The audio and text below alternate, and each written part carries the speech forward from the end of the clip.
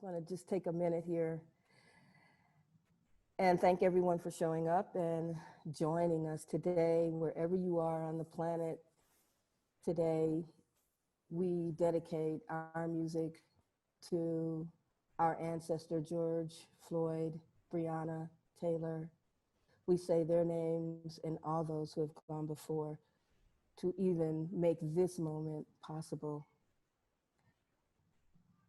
I'd like to just take a few minutes wherever you are on Turtle Island, on this beautiful planet Earth, to acknowledge all of those indigenous people who stewarded the land upon which our homes are built right now, and to honor their stewardship and their lives and their journey and their struggle for freedom. Freedom to live and freedom to be and breathe clean air.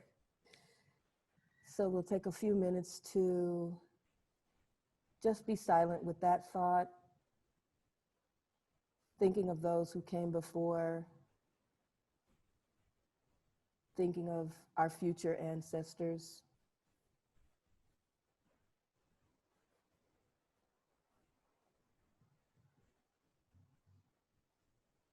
And all of the people in the streets right now, all over this globe.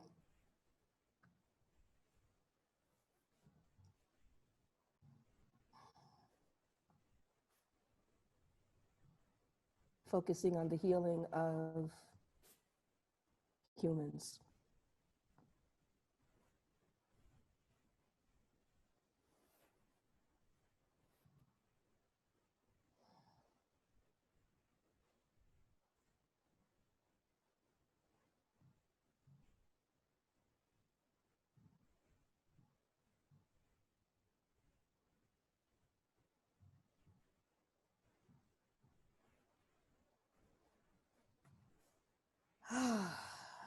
So just take an in breath.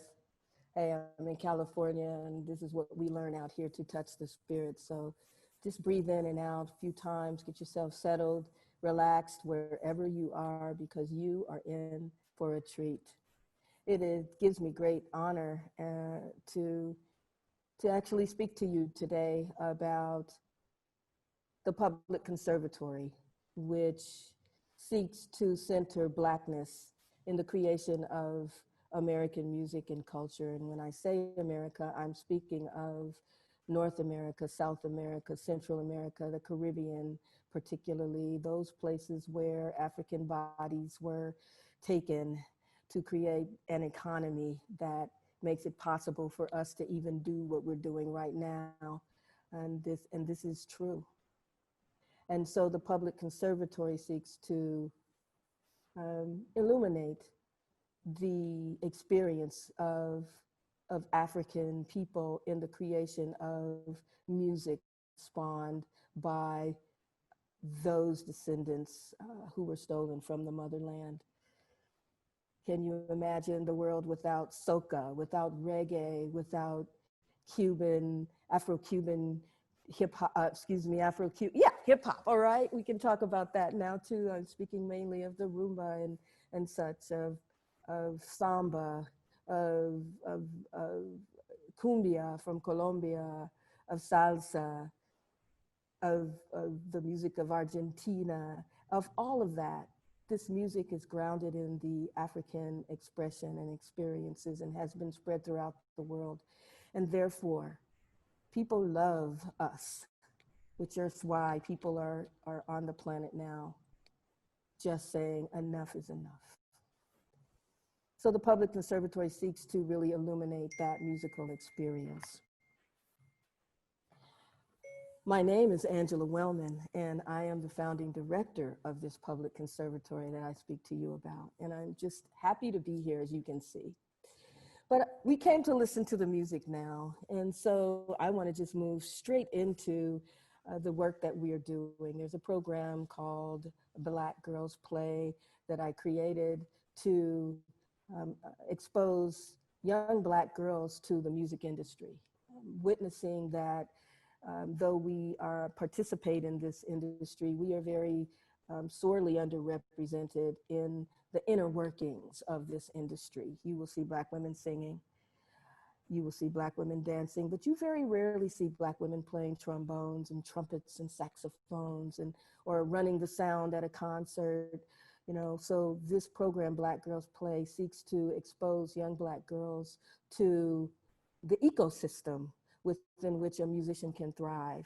And so if a girl does not want to be a musician necessarily, maybe she wants to play or work in the music industry, this program is designed to show her that way. You can be a manager, or you can build an institution like the Public Conservatory, or you can be the fashion designer, or manage the websites, or do all of those things that keep this music machine running. And so that program does that. But first, in order to understand what a musician needs, one must learn what a musician must do, what is required. And so the young girls in our program study an instrument. And so we right now have two classes in our Black Girls Play program. Black Girls Play violin, and indeed they do, and Black Girls Play flute, and indeed they do. And so today we will present to you some of the girls in our program. I want to just highlight this also by saying your donations today will support us being able to take technology into our students' homes to ensure that they can all participate in what will be more virtual learning as we move into the next phase of our lifting of the shelter in place and move into the society with one another. But right now, I want to introduce you to a young woman that I met fresh out of high school. She told me a couple years ago that OPC was her first job out of high school. And her name is Randella Louise Jones. She holds a very big part in our programs and plays a lot of roles. And one of her roles is as our violin instructor in Black Girls Play. So without further ado, I want to introduce you to a young woman who just graduated from San Francisco State University, magna cum laude. And so right now, just wherever you are in your homes, wherever, let's lift it up for Randella, and let's give one big round, beautiful global applause to Randella Louise Jones. Randella. Wow. Good afternoon, everybody. Thank you for that introduction, Angela, and for the applause and support. So this is our first year having a Black Girls Play violin class. I was working with 5 girls throughout this school year. We had a lot of challenges and even more successes, and it was really a great time, fun, and I think we all learned a lot about the violin, about music, what it means to be a musician, what it means to persevere through challenges, whether that's in learning how to read music, technical aspects of playing an instrument, transitioning into virtual learning during the shelter in place. But they really took it all in stride. We have prepared next a video of one of those Black Girls Play violin students, Ava Mercurius. She's 7 years old. She started late in the year in February, but once she started, really nothing could hold her back, and she has been progressing at an alarming rate ever since, which is incredibly exciting. And she took on the challenge to record a few pieces that she had worked on this school year. And I think without a further ado, can we take it away to Ava Mercurius?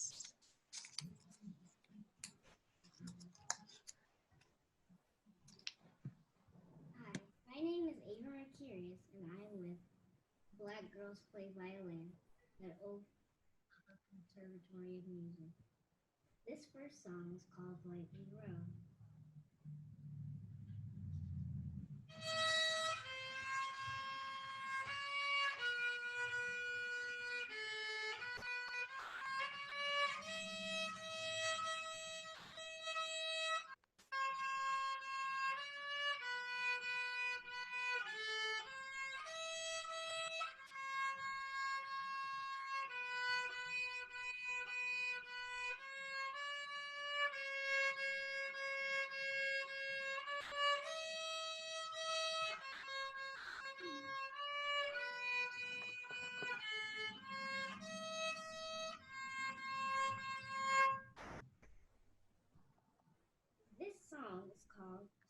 the wind.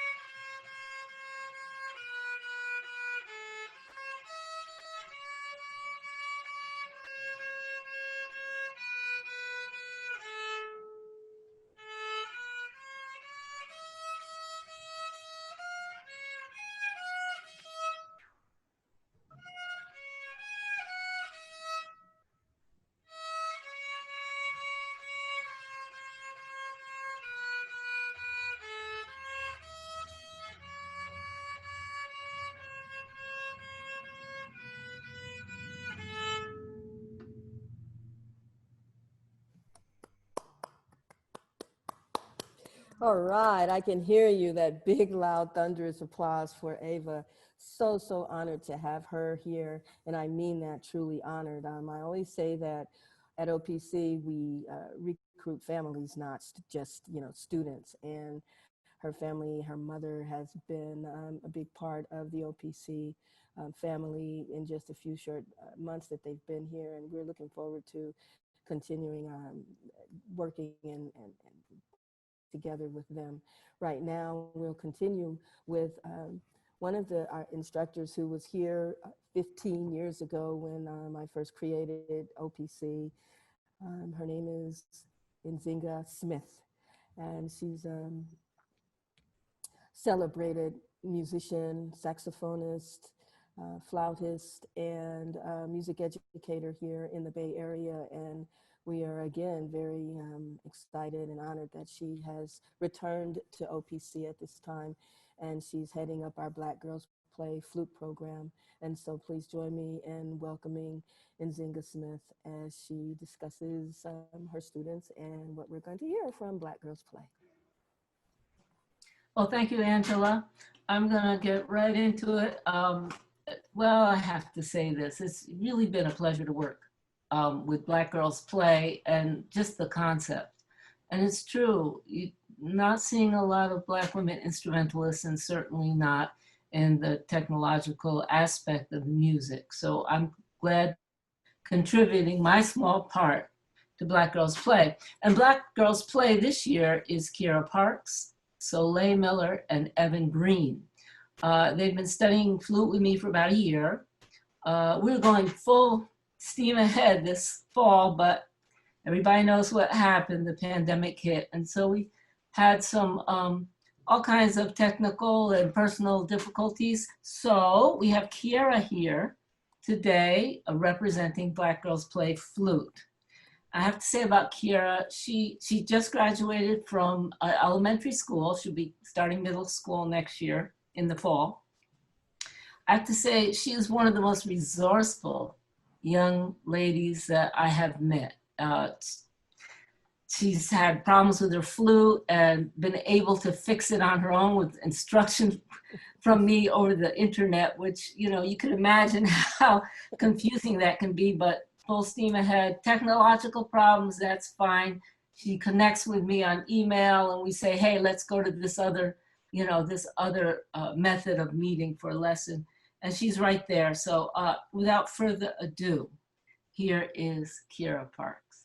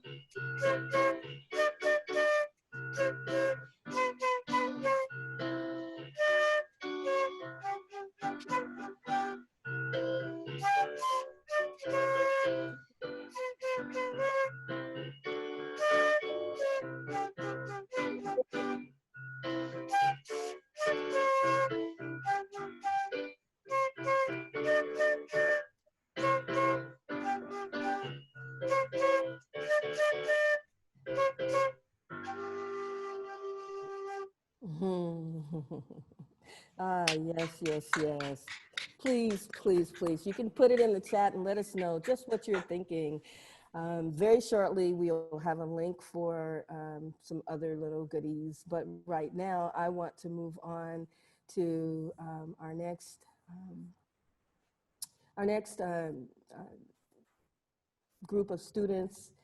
Every Saturday, starting in October, late September, October, we began our Saturday school from 11 o'clock to 1 o'clock every Saturday afternoon. And I was always amazed when I was in town and was noticing the students were showing up regularly, and pretty much we had 100% attendance for the most part.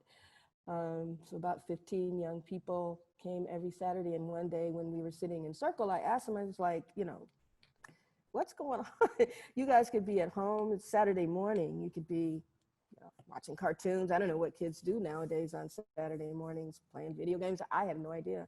But they chose instead to come to OPC. And they basically said, we want to get better on our instruments. And so when the pandemic hit and we had to stay home, they continued coming. And while many of them were still very, very very much beginners on their instruments, they seemed to jump through some hurdles this time through. I don't know what happened, but through the work online, it just required a different level of focus and attention.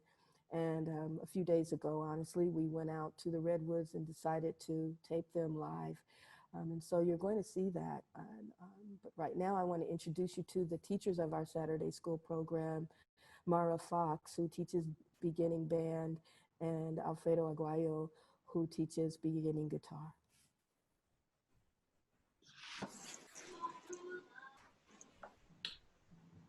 All right.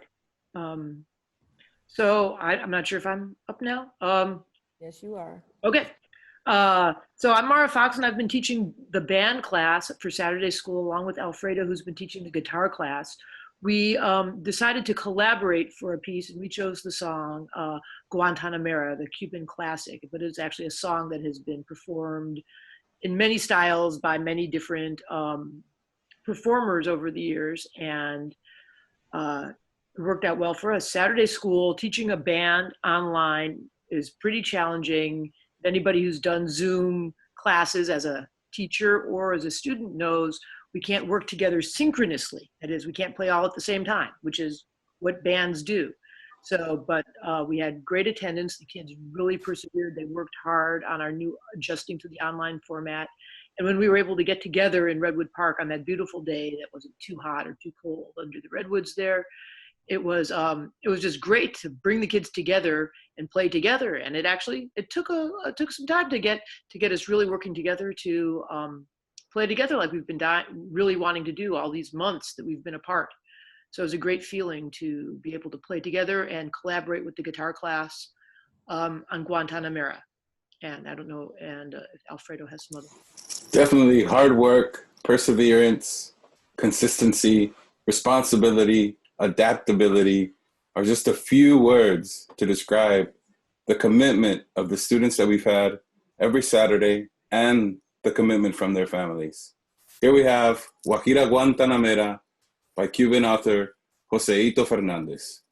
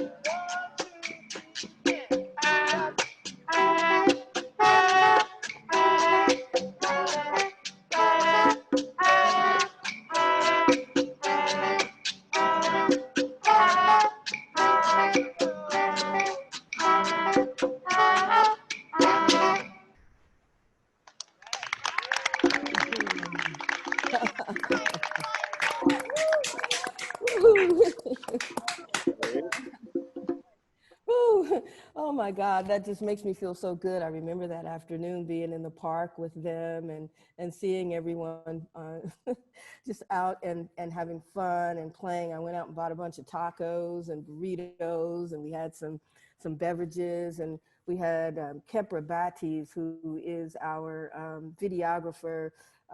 He's our go-to for all of the work that we need to have done in that level. And at that point, right at this point, since I'm mentioning this, also there's a gentleman by the name of Aaron Freeman. I'm not sure if everyone can see us or not, but I think so. But he's right up there. You see him right there. He has that beautiful voice on the microphone. Aaron, could you say a little bit? Aaron is our technologist who is really holding all this down and training us. And we're really building this plane while we're flying it. And I mean that literally right now. There's so much going on behind the scenes. But I just wanted to have Aaron say a few words and kind of maybe talk about what we're about to see. Thank you. Like I said, I'm just trying to be helpful. I'm the new guy. The recording and production lab was effectively a way to try and give the musicians more agency. So the ability for musicians to become their own engineers, to be able to avoid gatekeeping, pausing, to be able to have more skills, which is what we all need now, since everyone has 5 jobs. So that was the original course, but then the pandemic hit. And something happened where I asked the students how they felt, and they went on for half an hour and I was listening to them, and they had it. Like, the goal of the class was to produce a podcast, one, by the end of the semester. And I realized that listening to them talk, that they had so much more in them. And eventually it wasn't anything I needed to do. They wanted to speak. They wanted to have their voices heard. And understanding like their passion to learn the engineering, the production, the technical things was from them. It was because they wanted to have their voices heard. And I realized that as we're having a dearth of leadership in the country, and to see that there's a generation that's starting to piece it together the way our leadership has no idea how to do is actually heartwarming. They started to give me hope. And that is what you're about to hear. It's a chunk of their podcast. The students edited it, put it together. It's their project. It's their voices. Please have a listen.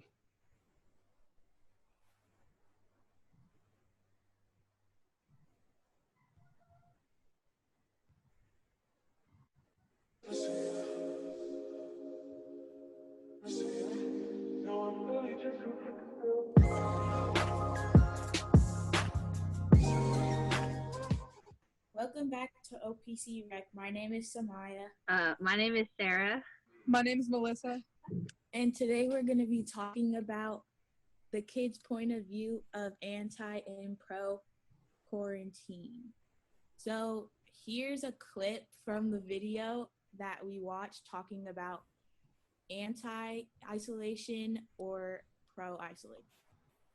I am very torn on how I actually feel about this. My dad owns a small business. I've read a lot of the different arguments on the payroll protection plan and a bunch of the different deals with Shake Shack and everything else, which there are a lot of details that go into that. If 75% of any loan that's given to the business owners has to be paid into employee benefits. He has a company that has 220 employees. So you're talking 65 million in revenue every year.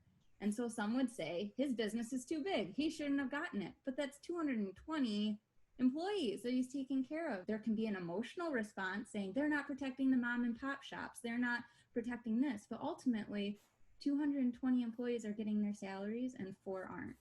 And while it's emotionally sad to see those smaller businesses forced to close, we're going to be in a little bit of a depression. We're going to hit a recession. And so we're all in this together. And I think the bipartisan support has been really lacking, especially in the beginning. But I think that they're somehow finding a way. The lady was talking about how she owns a small business, and she's saying that small businesses are not affected as large as people are saying. Like she said, 4 out of 12 about people are affected by it, but most people who own small businesses are still getting their salaries. I think that it depends what you do. She, I don't really, I don't know if she stated what she does for her job or not, but some people just can't ship out things. Some people can't open up their stores. So it's not really having to do, it's not their fault that they have to shut down. It's because of the quarantine, and they could probably get a fine for selling things still. So they're probably just being safe, but I'm positive that they didn't want to shut down their business. So Sarah, how do you feel about it? Okay, I have a lot of thoughts because, first of all, my family owns a small business with no employees. So we really are a small business, not like 200 something employees. So we're really in a different situation. But first of all, like the business my family owns is essential because we have a lot of people's mail and we work with UPS.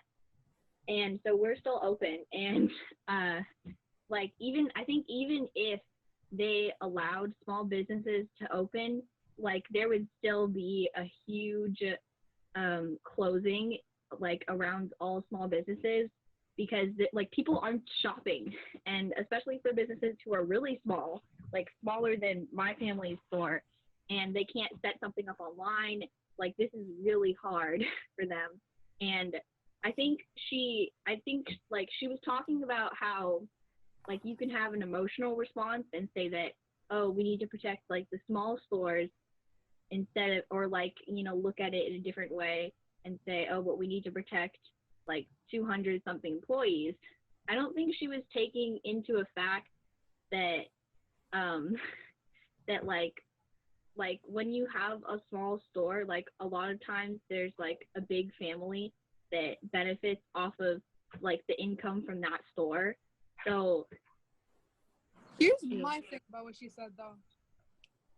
You know how everyone says, oh, we're all in this together, but like if you think about it, we're really not. Because like yes, we're all in the same pandemic, and yes, all of us are quarantined, but a lot of people suffer in different levels. Whereas if people did like lose their jobs and they have to support a family, and they don't have enough the payment thing or whatever, the one where they give you the like money for not being employed, unemployment, something like that. Anyways, basically they like still have to have money, and then like that's gonna stop soon. That's gonna stop before like people can find jobs because everything is still gonna be closed. Whereas like you've seen like celebrities saying we're all in this together, whereas they have big houses, they don't have, and they have like services as whatever they want, and like people who don't have as much are gonna feel less than what the other people feel, because like yes, we're all in this together, but we're not, like, because not everyone is suffering or going through the exact same thing to know what it feels like for everyone else.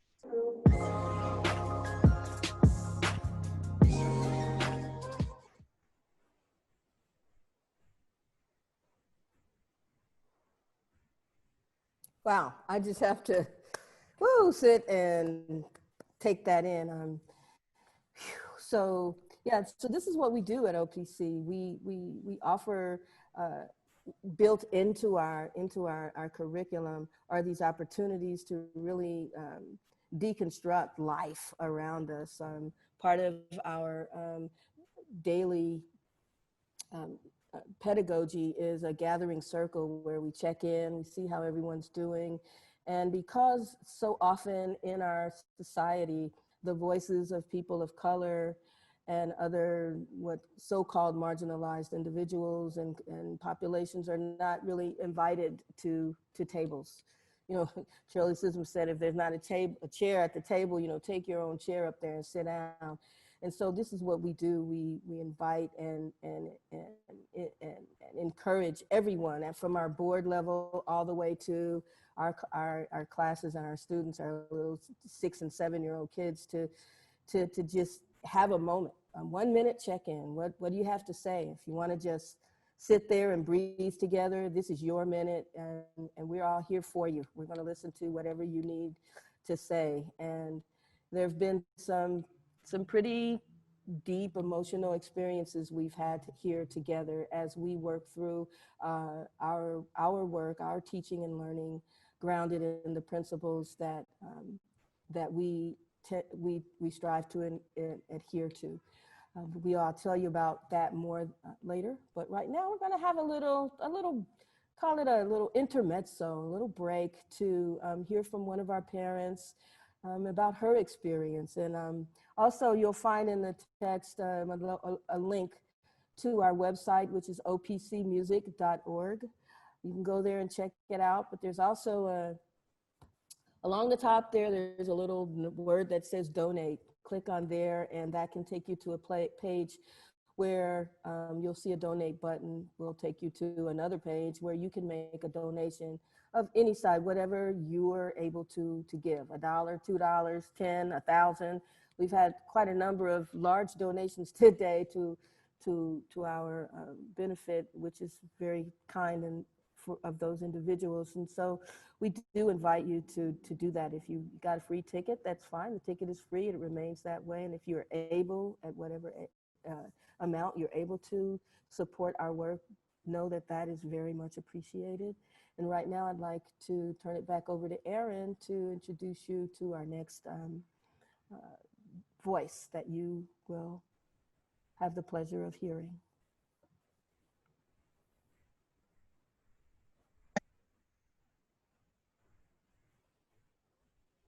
My name is Nkiruka Oruche Ahambu Nkiruka Oruche, and this is Zira Machi.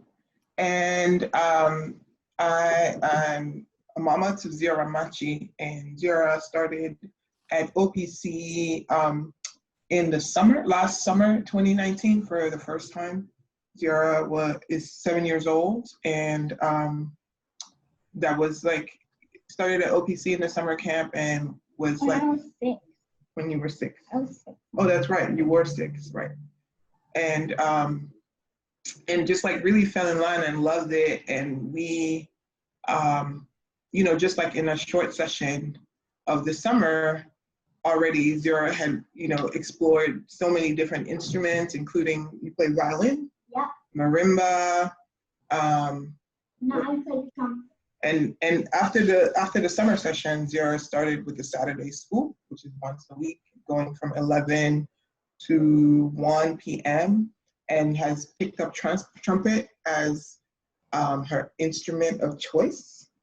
And it's been an interesting journey. So Zira, you know, started out, it was really hard, right? Yeah, it was hard. Zira would always say like, oh no, I don't want to do this anymore. Well, first started out really excited about it, and then was just like, no. And once, after a certain period, turned the corner. And so, you know, like OPC has been a really supportive space, like just having different teachers that are there that are like really patient and committed to the growth and the learning of the kids. And I could just see that reflected in first her excitement about just like being full on in the program, and also her ability to learn really critical, like really technical skills, confidence, interest in just like exploring and hearing music. And, you know, for us also just like having a ritual, having something to come to on Saturdays has been really good for Zira to have that focus and to have that discipline. And once, you know, when COVID hit, that was one of the things that we definitely felt sad about losing. And so we were really excited to see that OPC was able to adapt, even though it's with all the challenges of being able to teach music and work with a group of kids where everybody's learning how to be in this space. Zira, I think, was still able to, we've seen a lot of growth in her playing and in her ability to be taught and learn and communicate a variety of ideas and thoughts.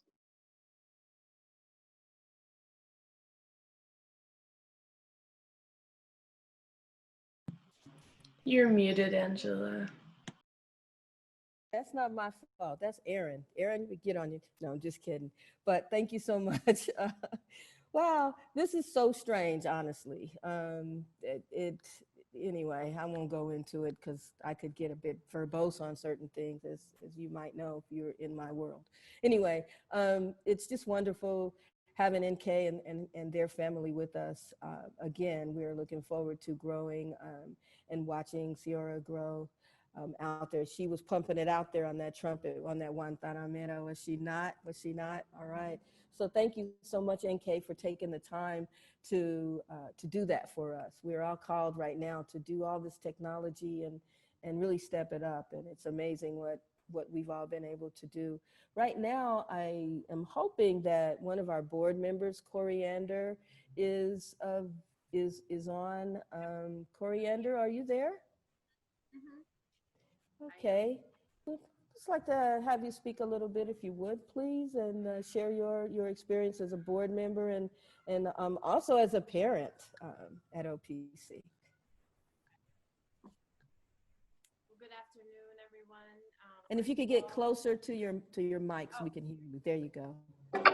Okay, is that better? I turned off my Bluetooth. Okay. That's really good. Good afternoon.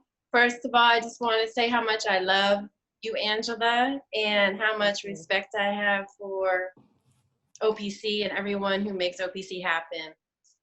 I've been with OPC for like 3 years now. My son plays the trumpet and now guitar. He's very into guitar right now. I love OPC. I love the fact that it's very directed at youth who normally wouldn't have access to music education. And I'm a teacher in a public school, in a high school. And I see by the time they get to high school, who got the access to the music classes and who didn't. And a lot of times it's our Black and brown youth who did not. And OPC does that for our young people. I believe strongly in music education. And I believe strongly in us putting our energy and resources into what we want to exist in our world. And Arundi Roy recently talked about this portal we're in right now. We're in this, we have this opportunity, right, to take hold of what our future, our present and our future looks like. There's so much change happening.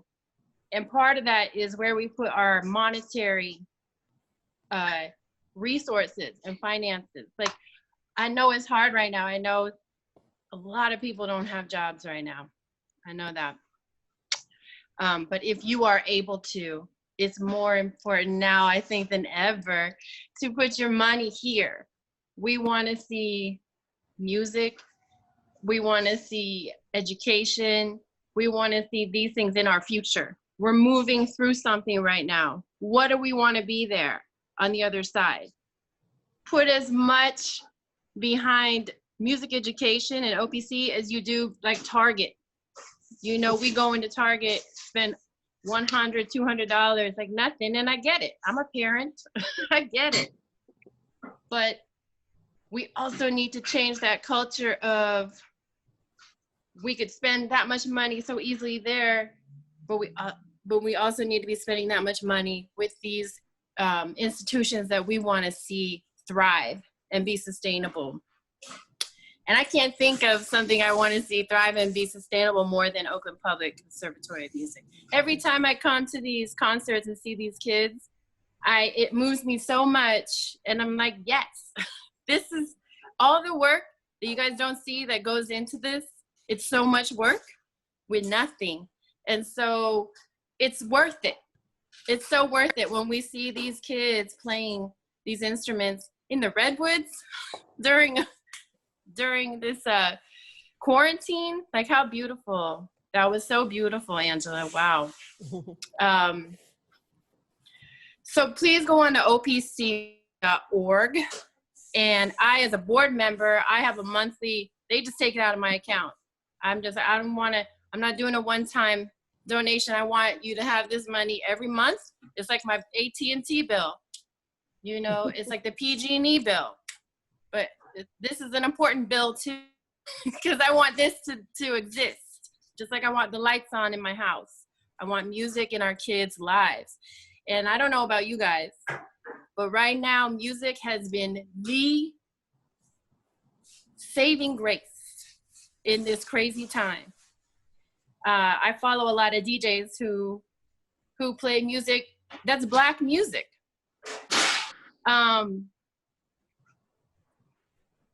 We owe a lot to the Black community for this music that is lifting our spirits right now out of this craziness that we're dealing with. I do. I will speak for myself. I do. So I want to put money there because I want this to exist and be sustainable and be something our kids and our grandchildren have access to.